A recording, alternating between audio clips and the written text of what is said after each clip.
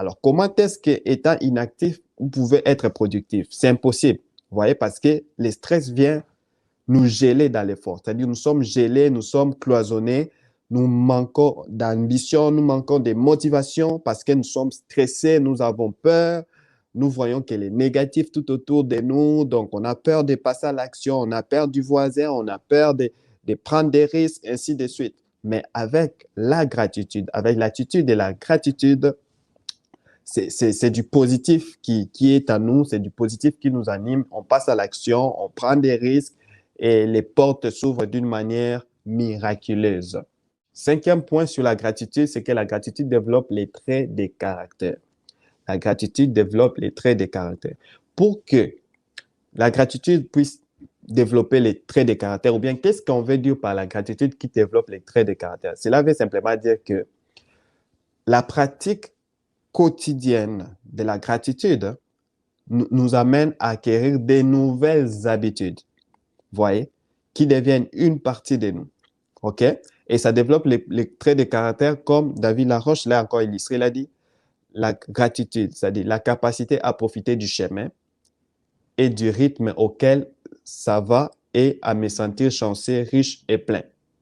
C'est la capacité à désirer ce que j'ai déjà. Vous voyez, c'est comme un muscle. Vous voyez, plus vous exercez, ça devient une habitude. Du coup, ça devient votre caractère. Vous voyez, donc l'exercice de la gratitude développe les traits de caractère. Ça devient une partie de vous. Ça devient un genre d'automatisme. C'est-à-dire que à chaque fois que quelqu'un vous fait du bien, face à une circonstance quelconque, pour vous, c'est spontané. C'est votre caractère, c'est votre habitude. Vous appréciez un verre d'eau comme vous pourrez apprécier 1 million de dollars donnés en don. Vous voyez? Donc, c'est vraiment ça, développer la gratitude comme trait de caractère. Alors, sixième vérité encore sur la gratitude, c'est que la gratitude ouvre les portes de l'inspiration. Il n'y a rien d'exotérique, il n'y a rien de waouh, du genre spiritisme. Non, non, non. On reste dans les côtés fondamentaux, on reste encore dans la base, dans ce qui est simple. Quand on dit la gratitude ouvre les portes de l'inspiration, ça ne veut pas dire que ça vous fait entrer dans un domaine là mystérieux, non. Comment est-ce que la gratitude ouvre les portes de l'inspiration? Premièrement, parce que la gratitude, exercer la gratitude, comme je vous ai dit, ça diminue notre niveau de stress. Comme ça diminue notre niveau de stress, cela dit que notre cerveau ne gaspille pas de l'énergie. Vous voyez? Notre cerveau a assez d'énergie pour réfléchir, a assez d'énergie pour développer certaines idées. Vous voyez? Et en plus aussi, au niveau de notre cerveau, on a ce qu'on appelle les neurones. Et quand l'énergie passe bien entre les neurones, ben cela, ça permet de créer des connexions qu'on appelle les connexions synaptiques. Les connexions synaptiques, c'est ce qui permet le développement d'idées, de nouvelles pensées, de créativité, de l'imagination, ainsi de suite.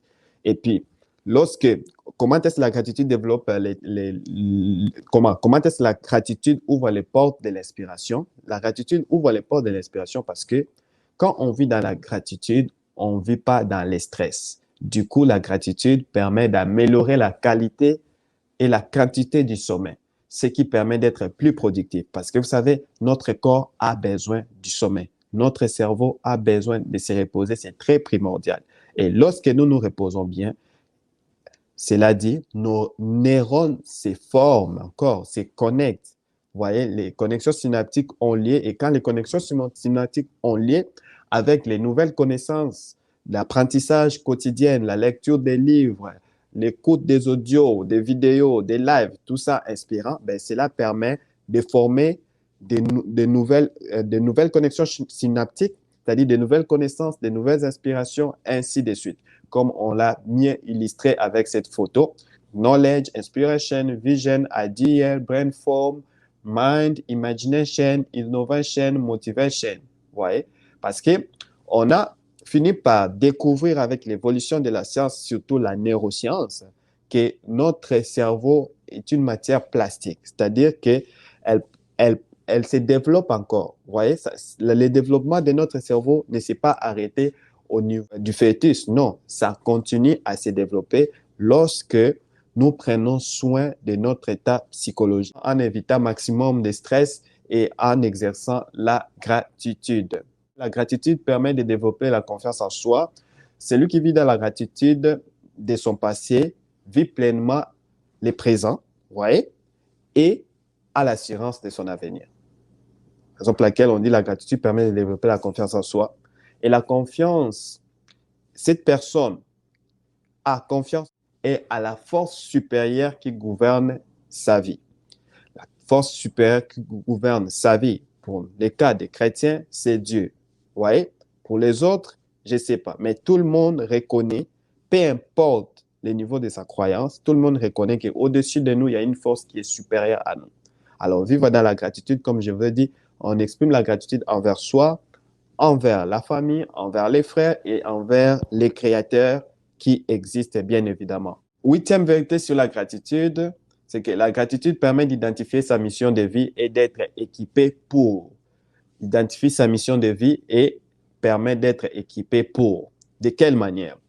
Celui qui vit dans la gratitude croit que sa vie vaut la peine d'être vécue, malgré les hauts et les bas qu'ils peuvent faire face. Quand quelqu'un vit dans la gratitude, même s'il passe des périodes sombres de sa vie, il ne se pose pas des questions du genre pourquoi j'existe, je suis le fruit d'hasard, je vais me suicider. Non, non, non, il n'a pas ces pensées-là.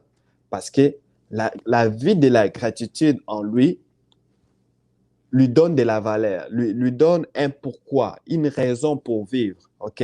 Une raison pour vivre.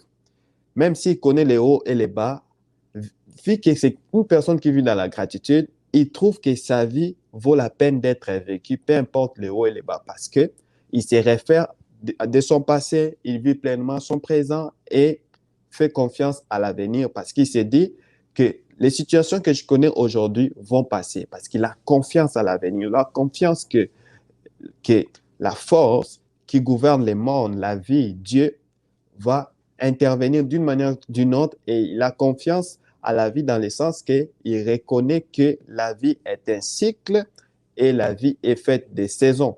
Et aucune saison n'est éternelle.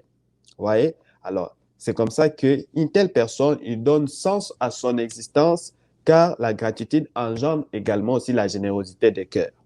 C'est quasiment impossible de vivre dans la gratitude et de ne pas être quelqu'un de généreux. Quand je parle de la générosité, je ne fais pas toujours référence à l'argent.